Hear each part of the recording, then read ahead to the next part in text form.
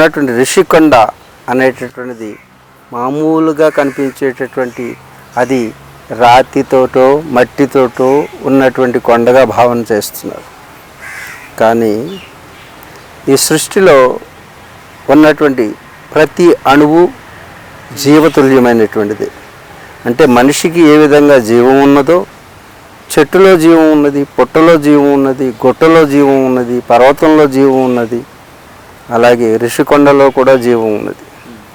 అంటే ఒక మనిషికి కాళ్ళు చేతులు తొలగిస్తే అది ధర్మం అయితే రిషికొండలో ఉన్నటువంటి చెట్లు కొట్టడం కూడా మనిషి కాళ్ళు చేతులు తొలగించడం లాంటిది.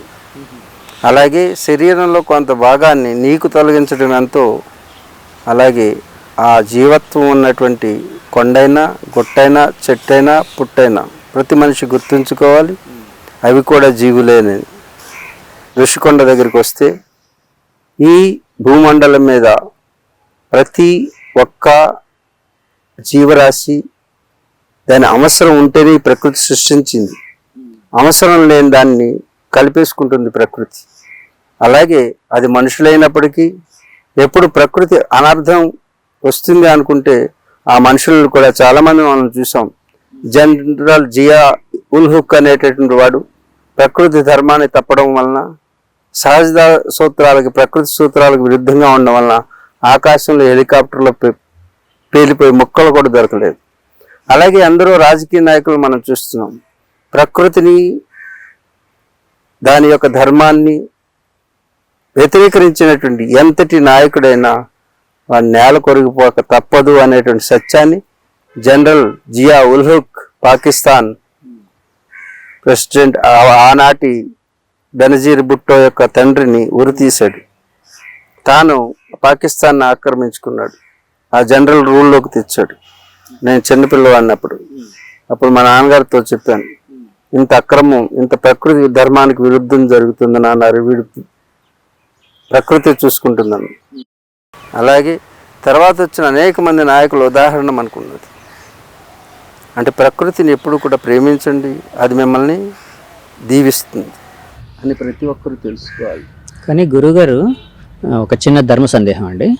అంటే మీరు చెప్పిన ప్రకృతి, అంటే ప్రకృతిని నేలమట్టం చేసే మనిషి ఎంత గొప్పవాడైనా కూడా నేల కొరిగిపోతాడు అని చెప్పారు. ఒక జీవిత సత్యాన్ని ఒక ఉదాహరణతో కూడా చెప్పారు.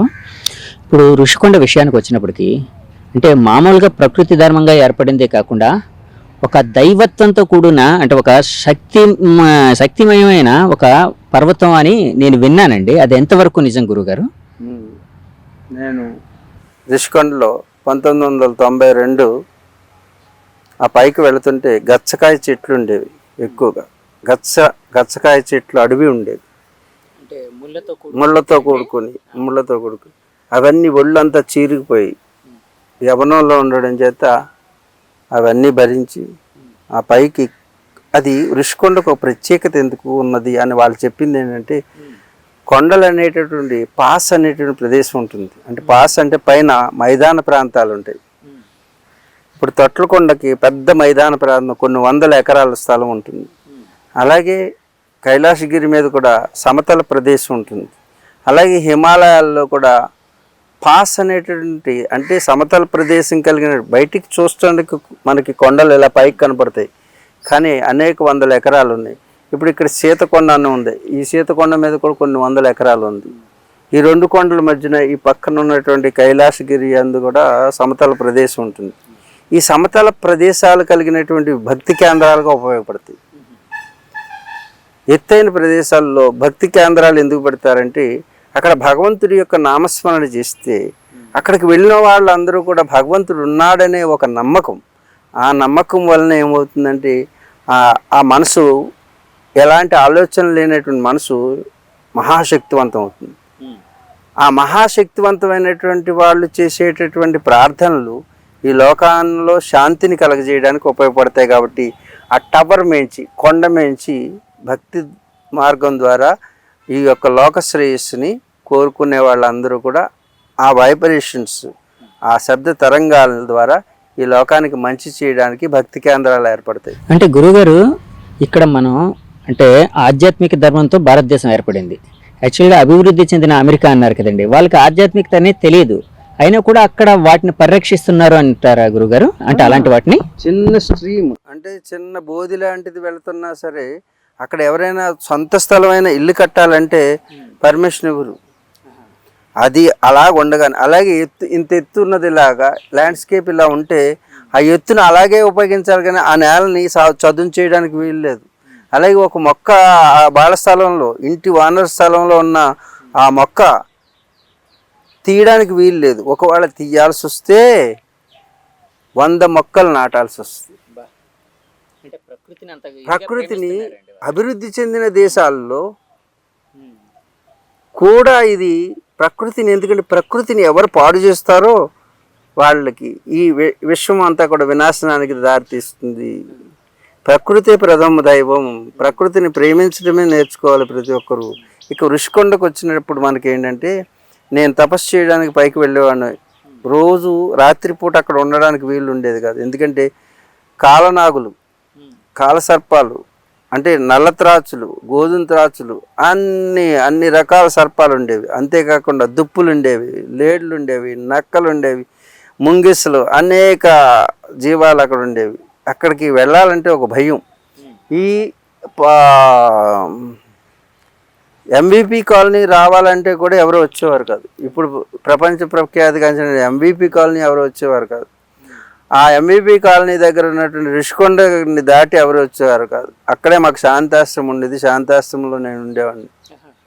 పక్కనే శాంతాశ్రమం ఇప్పుడు ఉంది. శాంతాశ్రమం, ఆ శాంతాశ్రమం నుంచే నా జర్నీ మొదలైంది, బయటకు వచ్చే జర్నీ మొదలైంది. అందుకు శాంతాశ్రమంలో ఓంకార స్వామీజీ తపస్సు చేసినటువంటి ప్రదేశం బ్రిటిష్ వాళ్ళ టైంలో విజ్ఞాన కేంద్రం కిందో విహార కేంద్రం కింద మార్చినటువంటి కైలాసగిరి ఏదైతే ఉందో దాని మీద స్వామీజీ తపస్సు చేశారు.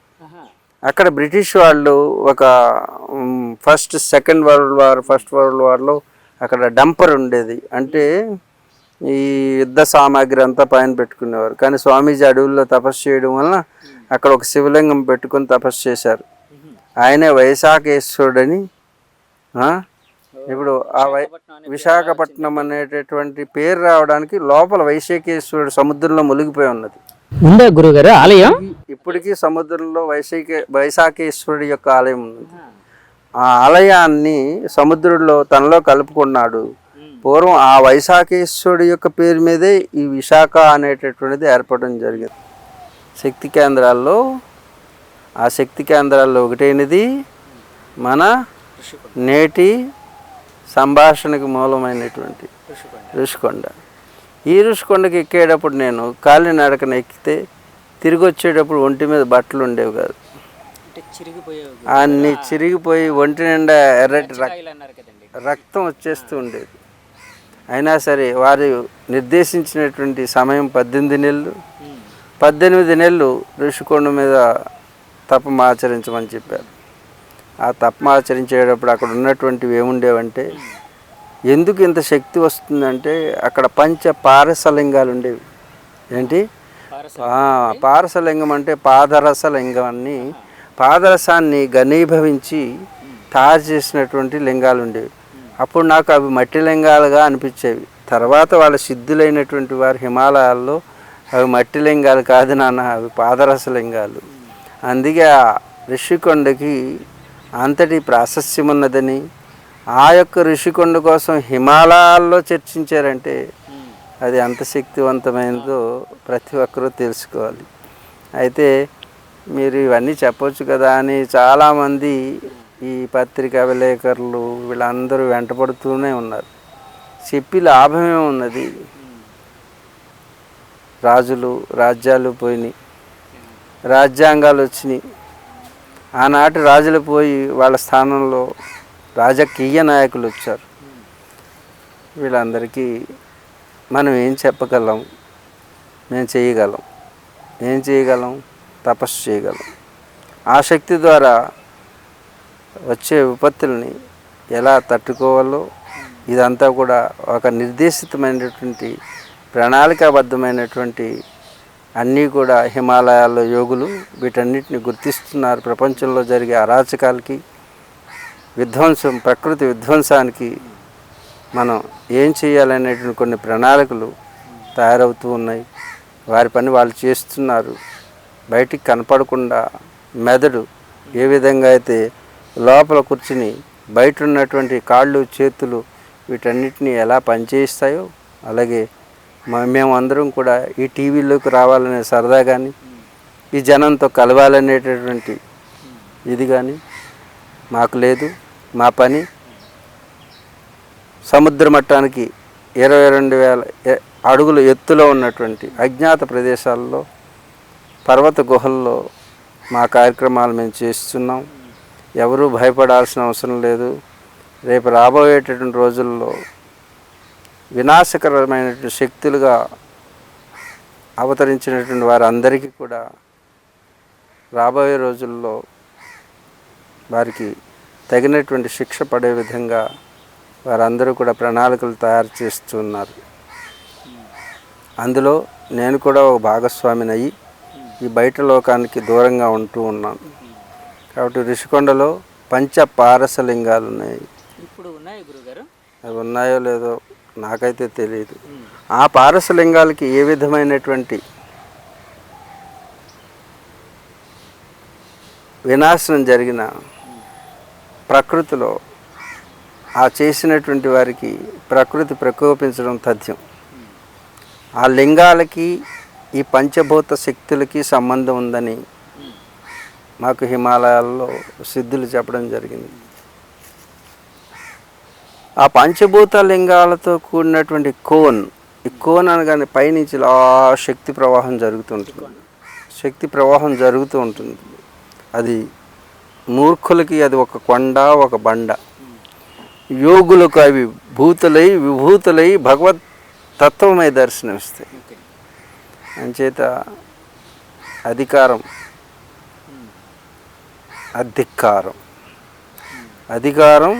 అది ధిక్కారం అయితే ఆ తపస్సు చేసేటటువంటి ఆ ప్రదేశంలో ఉన్నటువంటి ఈ 5 పారసలింగాలు ఏవైతే ఉన్నాయో ఈ పారసలింగాలు ఇప్పుడు అర్థమవుతుంది. ఒక్కొక్క పాదరసలింగాన్ని తయారు చేయడానికి ఎంతో శక్తి, యుక్తి, భక్తి ఇవన్నీ కావాలి. ఆ పాదరస లింగం యొక్క ఖరీదు భౌతికంగా చూస్తే కోట్ల రూపాయలు పెట్టినా రాదు. ఒక్కోటి అత్యంత కష్టం గురుగారు. పాదరసాన్ని ఘనీభవించడం అంటే దానికి ఎన్ని పుటాలు, ఎన్ని రసాయనాలు, ఎన్నెన్ని ఔషధులు కావాలి. అది పూర్వకాలం ఉండేటువంటి ఒక మహత్తరమైనటువంటి ఒక ప్రక్రియ. ఆ పారస లింగాల కోసం యోగులందరూ కూడా అత్యంత శక్తివంతమైనగా భావిస్తూ ఉంటారు. అలాంటి శక్తి కేంద్రమైనటువంటి ఈనాటి ఋషికొండ. ఈ ఋషికొండ భౌగోళికంగా చూసినట్టయితే విశాఖపట్నంలో సముద్రం పాదాలు ఆ యొక్క ఋషికొండ యొక్క పాదాలను తగులుతూ ఉండేటువంటి ప్రదేశం అది. ఆ పాదపీఠిక యందు ఈ శక్తి ప్రవాహాన్ని ఏదైతే ఉందో నిరంతరం జరిగే శక్తి ప్రవాహాన్ని బ్యాలెన్స్ చేయడానికి కింద సప్త ఋషులు పూర్వకాలంలో ఒక ఆలయం నిర్మించారు.